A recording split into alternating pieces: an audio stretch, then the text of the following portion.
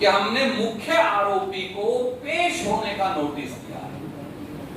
मुझे बताइए, हत्या के ऐसे कितने मुकदमे हैं जहां पुलिस आरोपी को, हत्या के आरोपी को पेश होने का नोटिस देती है? जाते हैं, हथकड़ी लगाकर पकड़कर ले आते हैं। सच्चाई है।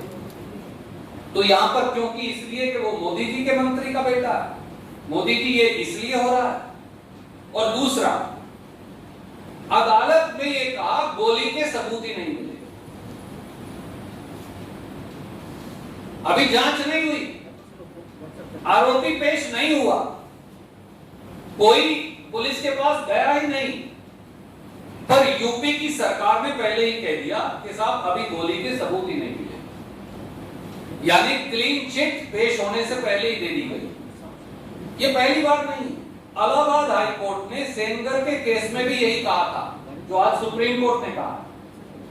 वहां भी पहले कह दिया था कि कोई जरूरत नहीं है भाजपा के उस विधायक को बुलाने की। और अदालत ने भी 3 महत्वपूर्ण बातें कही जो इस देश की मौजूदा दुर्दशा को दर्शाता है।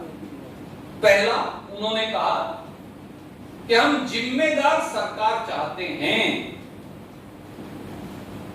अगर अदालत को आदित्यनाथ भाजपा सरकार के बारे में ये कहना पड़े कि वो गैर जिम्मेदार है, तो क्या उसे एक क्षण भी प्रधानमंत्री को सत्ता में बने रहने का अधिकार है? अदालत ने कहा, ये हम नहीं कह रहे। उन्होंने कहा हम एक जिम्मेदार सरकार चाहते हैं, we want a responsible government. और ये जो नोटिस का खेल चल रहा है, तुम नोटिस दो मैं लूंगा, मैं नोटिस दूंगा तुम लोगे, उस पर उन्होंने कहा कि अगर आरोपी कोई साधारण आदमी होता, आपके मेरे जैसा या आपके दर्शकों जैसा, तो भी क्या सरकार का ये रवैया होगा? इन 2 बातों के बाद क्या यह साबित नहीं होता कि मोदी और योगी सरकारें अपराधियों के साथ खड़ी हैं, संविधान को बेड़ियों में बांधने वाले अपराधियों के साथ आपकी चुनी हुई सरकारें?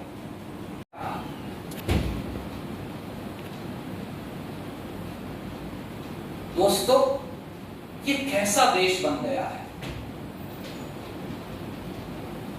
और एक और संयोग है या प्रयोग, ये तो मोदी जी बताएंगे, पर जरूर देखिए कि बेटा हत्या का मुल्जिम और बाप हत्या का आरोपी। मैं किसी अपराधी की बात नहीं कर रहा, दाऊद इब्राहिम की या किसी और की। मैं इस देश के गृह मंत्रालय में बैठे, आज भी जो साउथ नॉर्थ ब्लॉक में बैठे लोग हैं, उनकी बात कर रहा हूं। बेटा हत्या का मुल्जिम, बाप हत्या का आरोपी, और मोदी जी ने ऐसे व्यक्ति को देश का गृह राज्य मंत्री बना रखा है। तो कानून और संविधान की रक्षा कौन करेगा?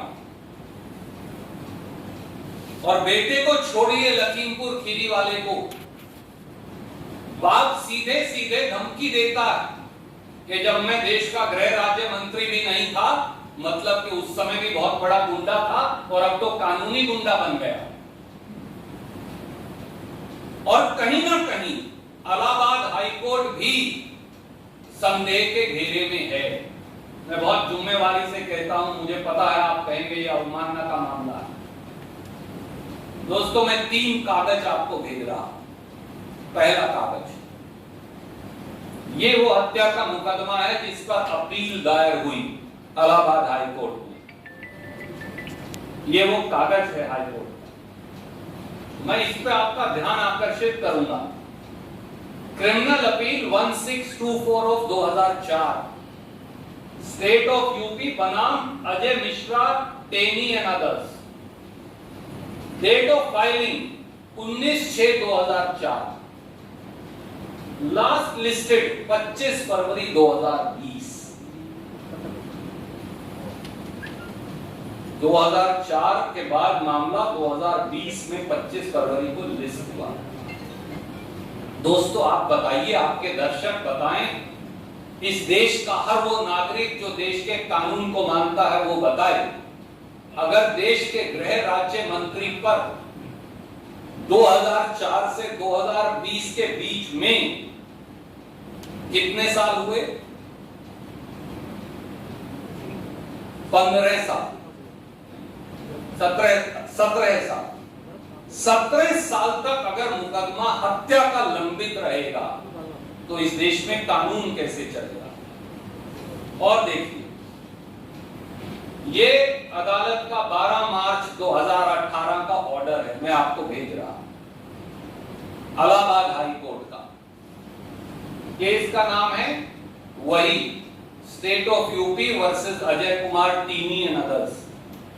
इसमें अजय कुमार टीनी पर हत्या का आरोप चलेगा या नहीं, इलाहाबाद हाई कोर्ट ने 12 मार्च 2018 को यह फैसला आरक्षित रखा था, रिजर्व रखा।